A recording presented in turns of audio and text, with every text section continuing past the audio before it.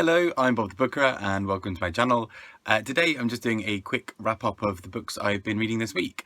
And it's been quite a fun one. Again, some quite short books because I think my brain is still not fully with reading anything longer at the moment. Hopefully normal service should be resumed shortly, partly because it has to be because I've got a few advanced copies of longer books that I need to read. But here we are. Here are the books I've been reading this week, and it's been a fun one. I've been really enjoying a lot of these. These are sort of still mostly away from prizes, which has been quite an interesting thing for me. Such an interesting experiment for me. But let's get started with those books themselves. First up, I read Deadlands by Nuria Bendicho, translated from the Catalan by Maruxa Relaño and Martha Tennent. And this is a really interesting book from a fairly small press called Three Times Press. And they are Three Times Rebel, sorry. And they're really interesting for many reasons, I think partly because they publish a lot of books that particularly are women in translation and particularly from minoritized languages, sort of smaller languages generally as well. And Deadlands is just such a bizarre but interesting book. It's essentially there's been somebody who's been shot and we get the story from 13 different perspectives, and so as a result it sort of takes a little bit of time to get into, I think, at first as a book, because typically we're used to maybe reading 2 or 3 characters and you're sort of used to switching between them, and so you keep on expecting that you're going back to other characters, then you realize you're not. You just keep on meeting more people from the book. So you'll have a reference to someone's mother, and then a couple of chapters later it'll be that mother telling their bit of the story, and it all pulls together to kind of almost be a bit of a whodunit of sort of who actually did the shooting. But in the meantime we get this really tricky sort of story about a family that's really in many ways incredibly complicated. There's a lot of kind of generational sort of trauma and difficulty passed down the line. There's a lot of really kind of, it almost feels like a curse that's sort of been passed down from person to person. And so we get this sort of this story that's both sort of whodunit and kind of general fiction, but also has an element of kind of myth or fairy tale to it.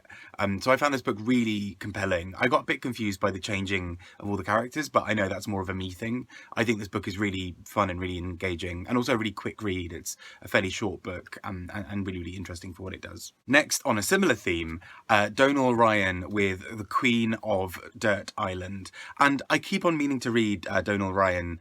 I keep on hearing all of these great things about some of his other work. He's been longlisted for the Booker a few times as well, and he's just sort of one of those authors that I kind of always figured that I'd probably end up loving. And I eventually finally read his new book, Queen of Dirt Island, which I just thought was really spectacular in so many ways. In many ways it's a very, there's sort of some similar elements to Deadlands that I just mentioned, in that we've got sort of a family trauma and sort of generations of family passing down, and we kind of get the idea of how various things might be passed on down that line. It's a family in Ireland, and so a lot of this is bound up as well with religion, and particularly around shame, around sexuality. And so we follow a woman, Saoirse, at the heart of this book. And a large part of this is her trying to kind of navigate her younger years. So she sort of falls in love, but then also the man, John, who she's in love with, is sort of engaged or seems to have this other relationship elsewhere. There's a daughter. There's a lot of them sort of growing up in and around poverty and sort of in a fairly rural area.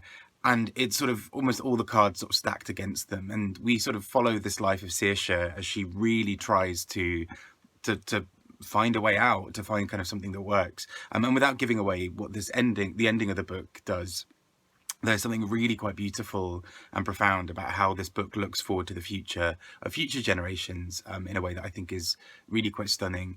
But the thing I really especially want to kind of commend this book for is just the sheer power of its writing. There's, I'm a sucker for Irish authors generally anyhow, partly because I love the way that often Irish authors really play with language and sort of find these sort of middle spaces between the incredibly brutal and the incredibly beautiful. And I think this book is sort of a prime example of that for me. It's just so stunning, and I was really captivated by how it pulls all of this together. Again, quite a quick read, a fairly short book, but no less impactful for how it does it. It does the sort of the thing that I really love William Trevor for, which is introducing incredibly big, powerful moments in a sentence or two and leaving it there, kind of leaving the stillness and quiet around those words to really speak more. So a character dies and we're told that they die in one sentence at the end of a chapter, and then the beginning of the next chapter does not pick up on that and start from there. It just moves on and does something else. And there's something so brilliantly shocking as a reader to have that set up and then not followed through on in such a beautiful way, I think. As I mentioned in my reaction to the Booker shortlist, I have been sort of planning to go back and read other books by those authors, and there are a couple where I'd read some of them before, but for Alan Garner I hadn't. And so I read Redshift, which a couple of people in the comments mentioned before as being one of his sort of a good book of his to check out, basically. And this, in many ways, if you enjoyed Treacle Walker, or at least enjoy the telling of it, I think you'll still enjoy this. It's maybe a bit more accessible than Treacle Walker. I think Treacle Walker is so dense with mythology and how it tells its tale, and it gets really complicated and really caught up in itself in a way that is really complicated but really fun. Whereas I think Redshift does something quite different. Redshift is a little bit more accessible. It still has that same kind of storytelling feel. Like you feel like somebody's really reading a story to you, full of the kind of the joys of telling that story. But this is a little bit more almost sort of sci-fi. It kind of has various aspects of sort of fantasy, but particularly is sort of looking at this couple, the sort of the man in this couple not quite getting it, Tom, sort of being a little bit, you know, his girlfriend will constantly say things like "I love you," and he will sort of not really respond to it, not out of not loving her, but just that he doesn't really know how to say it, or doesn't really feel the need to say it. And equally, they sort of go through, and it's sort of a tale that's a lot about time, a lot about kind of various parts of science and various other bits. And I just found it really fun and engaging. And I'll talk about it more when I do a Book of B-Sides video of all of the books that I'm reading as sort of other books by shortlisted authors. But really fun to check out. And I really want to read a bit more Alan Garner now to kind of see a bit more about what he's about, just because he just seems to be having fun when he's writing. It's very dialogue heavy. There's a lot of sort of playfulness in the way that the book is threaded together, and it just feels quite nice and quite fascinating. Next up, I read a non-fiction book from one of my favourite small presses, or sort of indie presses, Fitzcarraldo, and this was Dandelions by Thea Lenarduzzi. And I thought this was just such a beautiful book. It's essentially Thea looking at her mother and her grandmother especially, and sort of looking at the idea of roots, the idea of place and belonging, and kind of situating the kind of immigrant experience, or an immigrant experience rather, of her grandmother coming from Italy and being in the UK, but also just what her grandmother's life was like. And it's sort of it moves sort of varyingly between a sort of a broad broad brush picture of what, you know, the immigrant experience might be, or how history has changed, but it also focuses in on the small details of focusing in on what her grandmother used to do when she went to school, or the sort of things that she remembers from her childhood. And it does that thing that's really interesting of sort of really looking at her grandmother's memories. And it's, you know, so rare that we actually have those conversations sometimes with our loved ones of, you know, particularly sort of parents, grandparents, of sort of what was life like before I was born. You know, my relationship with you has been, you know, ever since I've existed, but what happened in all those years beforehand? What happened when you were my age? And it's so fascinating to kind of read a bit of that all kind of coming together, and particularly I think I just found so much of this really profound. Not only the writing, which is gorgeous, but the way it pulls together some interesting ideas. You know, the title Dandelions referring obviously to the plant, but the plant itself has this sort of interesting history of how many immigrants would take things like dandelions with them, or the seeds of them, when they were sort of moving between places, so that they could grow them and have a ready crop for bits of food, or for making tea or medicine or what have you. And so actually something like a dandelion, which is in many places seen as a weed, actually is also a really important plant for many people for its medicinal purposes, sort of properties. And so there's this sort of link being made between the sort of symbolism of that actually immigrants are seen as weeds who come to sort of a native soil and ruin it. But actually there's so much that they bring. There's something that we need to look beyond the sort of initial appearances for, and I just thought this book was really stunning for how it threaded that all together, and it was just a really lovely book.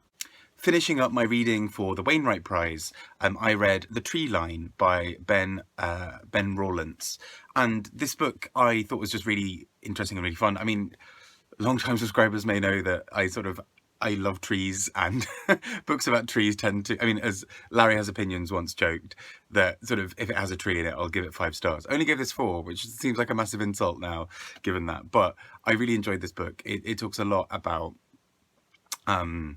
trees as sort of the lung of the world, and how, but particularly sort of in many places, you know, the tree line has been eroded. You know, we're losing tree coverage. Places are cutting down tons and tons of trees, and that, if it was just that, I think would make this a fairly basic, ordinary book. But I think what's really beautiful is sort of examining the relationships between trees, the land, and people. So, you know, Ben Rawlence in this book looks at some indigenous communities who have long-standing relationships with trees and the various medicinal properties of some of them as well, but also looks at conservation efforts in other places, looks at how actually many places across the world have this sort of disconnect with, you know, you'll have indigenous groups in one area who won't really be talking to indigenous groups in other areas, and so these people whose lives are all around these trees don't really have this connection to know that there are problems elsewhere. But this book also looks at, for example, underwater foliage, and so the kind of the properties of you know, underwater plants that also support life, and not only human but animal as well. So I just thought this was a really interesting book, really cleverly done, really well researched, and was just a nice sort of bit of escapism to listen to as an audiobook as well, I thought. We then unfortunately come to a book that I didn't quite get on with. I still will say that it was a really enjoyable read overall, and that is Double Booked by Lily Lindon. And so this book is essentially, it's a bit, I will caveat the whole put a caveat at the beginning of this, which is that me saying I didn't fully enjoy it, it does not take away from the fact that as an experience, I enjoyed reading it. I just think that there were bits that could have been stronger about the book. And so it's sort of that where I had a day where I was ill and I was just reading this, and it was quite nice comfort to be able to read something that was quite light and quite fun and interesting. But essentially the key premise of this book is that we have our character at the heart of this, Georgina, who basically comes to sort of understand in herself that she is bisexual, and she then feels like she's somewhat split because she has a long-standing boyfriend of about 7 years. She thinks they're about to get engaged. Their whole lives are sort of mapped out on calendars, and they seem to, you know, have a really strong routine, and she's happy in that.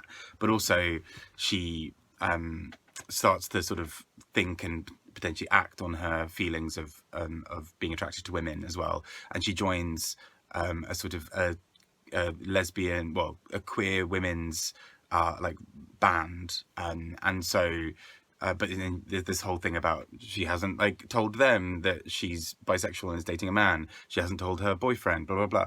And so there are many moments of this book that, you know, it follows sort of almost typical rom-com or kind of that kind of thing, kind of tropes in a way that I don't think was necessarily not fun. I enjoyed that process.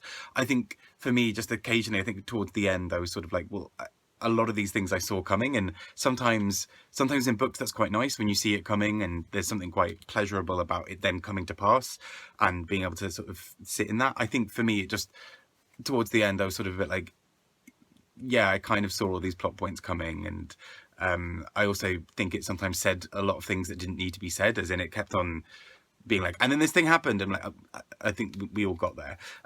But at the same time, it's well done. It's a really enjoyable kind of light read. I think maybe I'm being too harsh because it's for once not reading something dense and literary, but I still think it does quite a lot of interesting things in terms of talking about various struggles faced by bisexual people, particularly around biphobia from both within the queer community and outside of the queer community. But I think also it talks quite a lot about open relationships. And it sort of explores a fair bit around that and around some of the complications. So it's still really interesting in terms of representation and in terms of the conversations it's having. I just think I don't know, I kind of wanted it to hit harder on certain points, perhaps. But maybe also because I was ill and tired, if it had hit harder on those points, I'd have been like, oh, this is too much for my brain, I want a nap. So it might have been a very different picture. Who knows? But there we go. I still think it's a book that a lot of people would enjoy. I just don't think it was necessarily my thing as much, and that's totally fair. And last but not least, A Visible Man by Edward Enninful. And I have to admit, I hadn't heard of him before this book. I'd saw a few people posting about this book and kind of talking about it. I was able to get an advance copy of it and thought it sounded interesting. But essentially, Edward Enninful was, well, I think still is, the editor of British Vogue. And is also he sort of does a lot of work around European Vogue as well. He's heavily involved in the fashion industry, let's say, and this book is basically his memoirs, talking a bit about how he came to that moment. But we learn a lot in the process about him as a young man who moved from Garner to London. And in moving to London, sort of had this sort of transformation around his career as well, that he sort of took a lot of what he loved from sort of the women in his family and the women he'd seen when he lived in Ghana and their fashions and their kind of strength, and he sort of channeled that into a lot of his career. But he talks a lot in this book about the particularly the racism he sort of faced and sort of saw within the fashion industry. So not only the fact that there was a real lack of diversity in terms of the models put out, but also just the way that those models were then treated. So that many, for example, many black models were all of the fashion shoots that they were given were sort of wearing tribal jewelry or kind of being shot in a savannah, and it was sort of these very stereotypical things. But he talks a lot about how his sort of career, at a very young age, took on some quite high profile positions. But he also worked himself to the bone. And we learn a lot in this book about how his health started to really suffer because of overworking. And, he was going through various other problems in his life. He was sort of coming to terms a bit with parts of his sexuality and particularly reconciling that with his family. He talks a lot about kind of his sort of mental health and how parts of that were impacted within his career. And it's just a sort of fascinating thing. Although the book starts with almost so many name drops that it's kind of almost hilarious, I think actually he's incredibly humble throughout this book. It's sort of like, oh yeah, I worked with Kate Moss, but like we go way back, and also she's great, and let's talk a bit more about how Kate Moss is great and less about how I'm amazing because I know her. And so I think this is a really interesting book. I think he is just so interesting talking about his accomplishments throughout this book, and just the way that the fashion industry looks for him. As well. So I really greatly enjoyed this. I think he is a really well done memoir, and I think I just found it interesting. Anyway, those are the books I have read this week.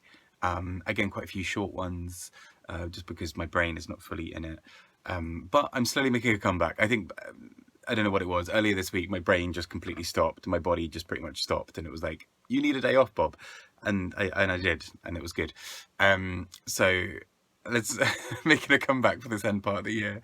The book of fatigue is real. I think just general fatigue as well. Anyway, I've been Bob, the booker, talking about books, Kelsey's, and I hope that you've also had a really good weeding week. Yeah, I hope your weeding week has been great, and I hope that you've been reading some great books as well. I'm sort of still a few kind of reading projects that I'm sort of in at the moment.